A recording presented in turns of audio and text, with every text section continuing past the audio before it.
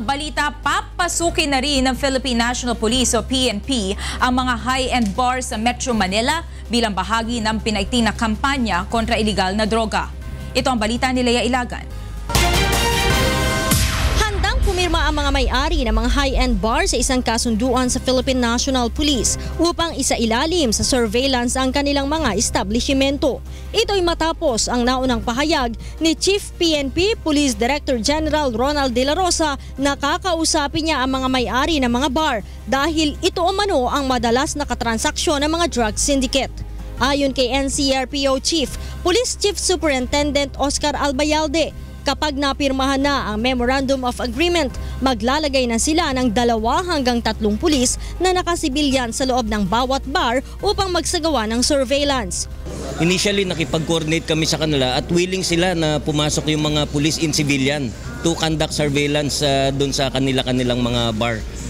Very cooperative itong mga to na nung nakausap natin sila at para nga matanggal ang haka-haka na yung kanilang mga club ay distribution ng mga illegal drugs, particularly yung ecstasy. Uunahin nila ang mga bar sa Bonifacio Global City.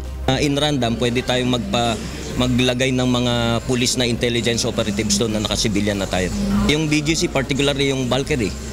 Yung Valkyrie, pumayag yun, yung sa Valkyrie, nakausap na natin yun. And all others na mga bars doon sa BGC.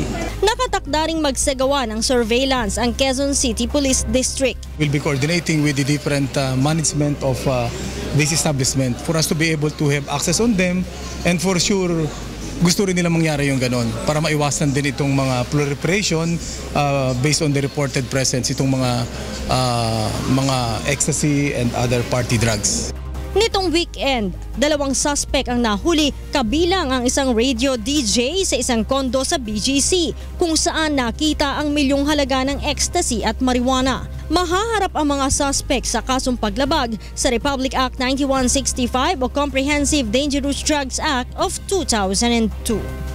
Sa kasalukuyan, nananatiling nasa perimeter lamang ang mga pulis na nagbabantay sa mga bar hanggat wala pang MOA na pinipirmahan sa pagitan ni Chief PNP at ng mga may-ari nito.